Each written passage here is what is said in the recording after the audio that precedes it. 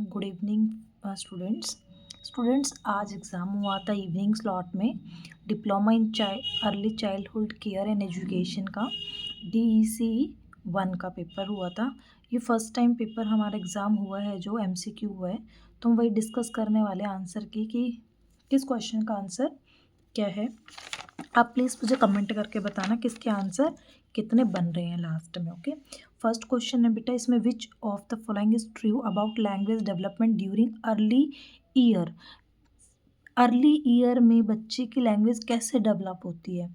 जब बच्चा वर्ड बोलना सीख जाता है, पहली बार जब बच्चा वर्ड बोलता है तो उसके बाद वो फटाफट वर्ड्स को बोलना स्टार्ट करता है। देरी होती है जब तक वो वर्ड नहीं बोलता, तो उसकी वोकैबुलरी नहीं बनती, इंक्रीज नहीं होती, ठीक है ना। तो उसकी भाषा लैंग्वेज कैसे डेवलप होती है? तो इसका आंसर सेकंड है। फर्स्ट का आंसर सेकंड, ठीक है।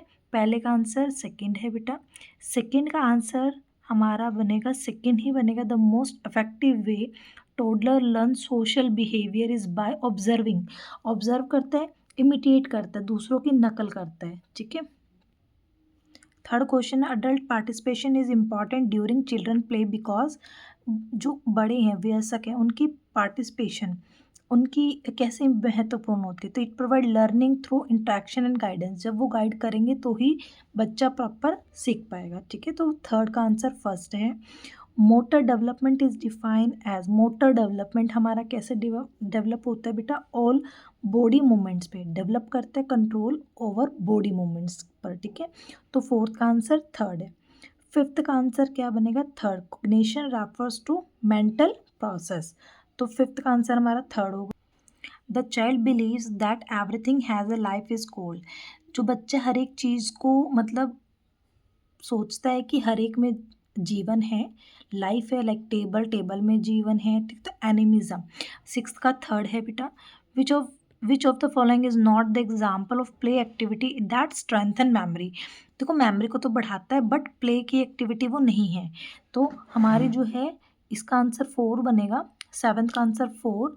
In the game follow the leader looking at child who is the leader and doing the same action. The vowel like sound o which the child produce around 1 month of the age is called. देखो 1 month में cooking नहीं, कुइंग। तो 8 का second, ठीक है। अच्छा, the main purpose of organising activities area is. जब हम जहाँ पर एक्टिविटी को ऑर्गेनाइज करते हैं, उस एक्टिविटीज को डेकोरेट करना होता है, मतलब किस पर्पज से हम करते हैं एरिया को। तो नाइन्थ का आएगा second. Encourage exploration by children, ताकि चिल्ड्रन का इंटरेस्ट बढ़े, एक्सप्लोरेशन हो, ठीक है। तो नाइन्थ का second. Why should chart not be hanged at adult eye level. Adult eye level की प्रॉपर हम क्यों नहीं उसको लटका सकते चार्ट को? क्योंकि वो देख नहीं पाता प्रॉपर, ठीक है, प्रॉपर वो सी नहीं कर पाता। तो टेंथ का सेकेंड। 11 का which of the following expect as assessed at regular short intervals in a child care centre. Child progress, children की प्रोग्रेस देखते हैं। The use of private speech help the child. Private speech का मतलब होता है बेटा खुद से बातें करना, तो इसका आंसर है second. Guide and regulate on action. 13 question, young children should be provided play material like block, beads with string and clay. किस लिए होता है? ताकि वो strengthen fine motor control and imagination. The most appropriate activity to develop strengthen eye hand coordination is 14 का 4, ठीक है। इसमें हमारी आंखें भी का यूज़ हो रहा है और हमारे हैंड का भी यूज़ हो रहा है, आई और हैंड दोनों का यूज़ हो रहा है। तो पेंटिंग के 14 का 4। 15 का बेटा आएगा फर्स्ट, ठीक है। Girl should wear only frock. 16 का आंसर है हमारा फर्स्ट। 17 का आंसर भी फर्स्ट। 18 का आंसर 4। 19 का आंसर थर्ड। 20 क्वेश्चन का आंसर थर्ड। 21 का सेकेंड। 22 का सेकेंड। 23 का सेकेंड। 24 का फर्स्ट। 25 का 4। 26 का थर्ड। 27 का थर्ड। 28 का सेकेंड। 29 का फर्स्ट। 30 का थर्ड। 31 का 4, 32 का 4, 33 का 4, 34 का 4, 35 का थर्ड, 36 का थर्ड, 37 का फर्स्ट, 38 का सेकेंड, 39 का 4, 40 का 4, 41 का थर्ड, 42 का थर्ड, 43 का थर्ड, 44 का थर्ड, 45 का सेकेंड, 46 का थर्ड, 47 का थर्ड, 48 का थर्ड, 49 का 4, 50 का 4, 51 का थर्ड, 52 का 4, 53 का सेकेंड, 54 का फर्स्ट, 55 का 4, 56 का सेकेंड, 57 का सेकेंड, 58 का थर्ड, 59 का थर्ड, 60 का फर्स्ट, 61 का सेकेंड, 62 का सेकेंड, 63 का थर्ड, 64 का फर्स्ट, 65 का सेकेंड, 66 का बेटा थर्ड, 67 का फर्स्ट, 68 का हमारा आंसर है 4, 69 का सेकेंड और 70 का आंसर हमारा फर्स्ट,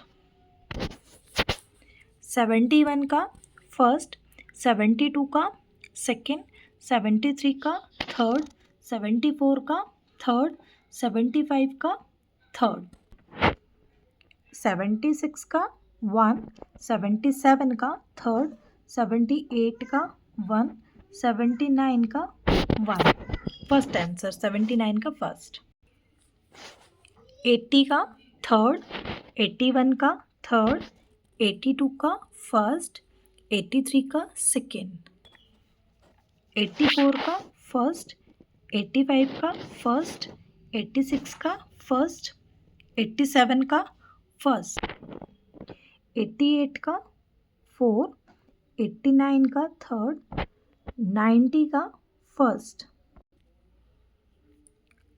91 का थर्ड, 92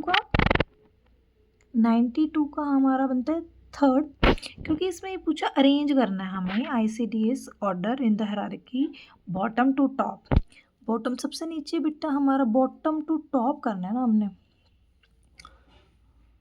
तो पहले तो हेल्पर आएगा सबसे पहले, मतलब जो इसका ऑर्डर होता है हेल्पर होता है, फिर वर्कर्स है ना, तो पहले C और D और फिर हमारा A सुपरवाइज़र और B हमारा CDPO, ठीक है जी।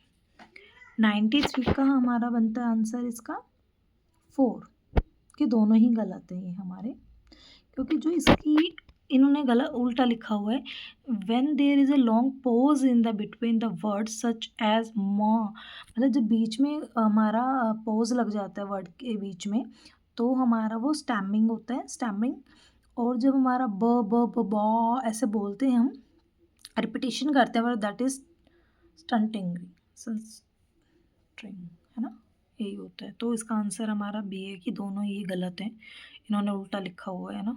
बट हिंदी में हम देखें इन्होंने दोनों में ही देखो हकलाना लिखा हुआ है, तो इसमें ऑब्जेक्शन भी हो सकता है कि देखो यहाँ पे भी लिखा है कि हकलाना कहते हैं और इसमें भी लिखा है, वो हम देख सकते हैं क्या बनता है।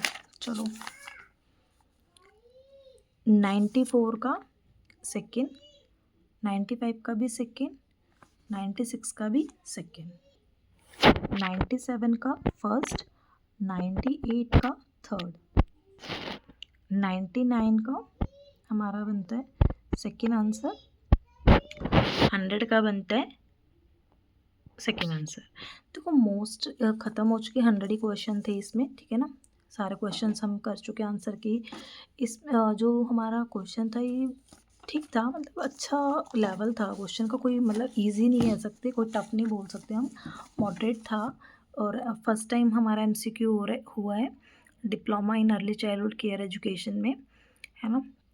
तो सारे क्वेश्चन आपने मैच किए होंगे, तो मुझे प्लीज़ कमेंट करके बताना कि आपके कितने मार्क्स बन रहे हैं 100 में से।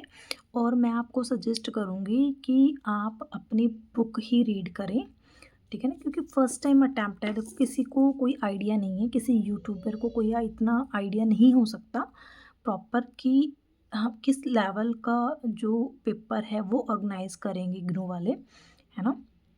तो हम उनके लेवल को नहीं जज कर सकते।